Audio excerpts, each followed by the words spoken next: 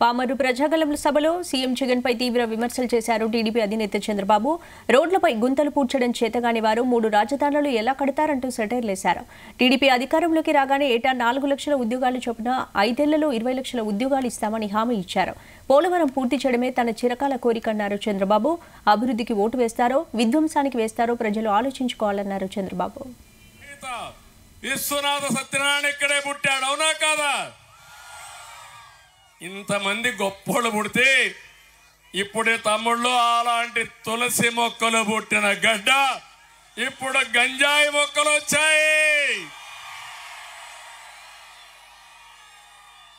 వచ్చాయా లేదా? పవిత్రమైన ఈ మట్టిని మలినం చేస్తున్నాయి. అధికారం అంటే బూతులు, ఎవడెక్కువ బూతులు తిడితే వాడికి మంత్రి పదవి,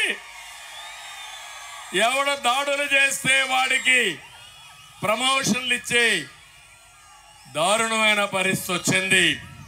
నేను ఒకటే మిమ్మల్ని అందరినీ కోరుతున్నా, మీరు కోరుకునేది రౌడీయిజమని మిమ్మల్ని అడుగుతున్నా. మీరు కోరుకునేది అభివృద్ధి, మీరు కోరుకునేది సంక్షేమం, మీరు కోరుకునేది భవిష్యత్ అవునా కాదా అని మిమ్మల్ని అడుగుతున్నా. అవునైతే గట్టిగా చెప్పండి, కూడా చెప్పండి. 5 ఏళ్ల పాలన ఆ దిశగా జరిగింది ఆ తమ్ముళ్ళు అని మిమ్మల్ని అడుగుతున్నా. ఎప్పుడైనా అభివృద్ధి గురించి మాట్లాడాలని మిమ్మల్ని అడుగుతున్నా. ఒక్క విషయం నేను మిమ్మల్ని అందరినీ కోరుతున్నా. పామర్రు అదే అమరావతి వచ్చుంటే ఔటర్ రింగ్ రోడ్ ఇక్కడి నుంచి 15 కిలోమీటర్లు నేరుగా నూజివీడు నుంచి వచ్చి మచిలీపట్నం రోడ్లో కలిసి ఏదైతే ఇక్కడ హనుమాన్ జంక్షన్ కి చేరేది.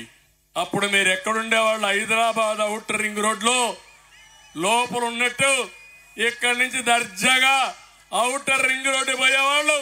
అమరావతి పోవాలంటే కృష్ణా దాటుకొని అమరావతికి పోయేవాళ్ళు. ఒకసారి తెలియజేస్తున్నా.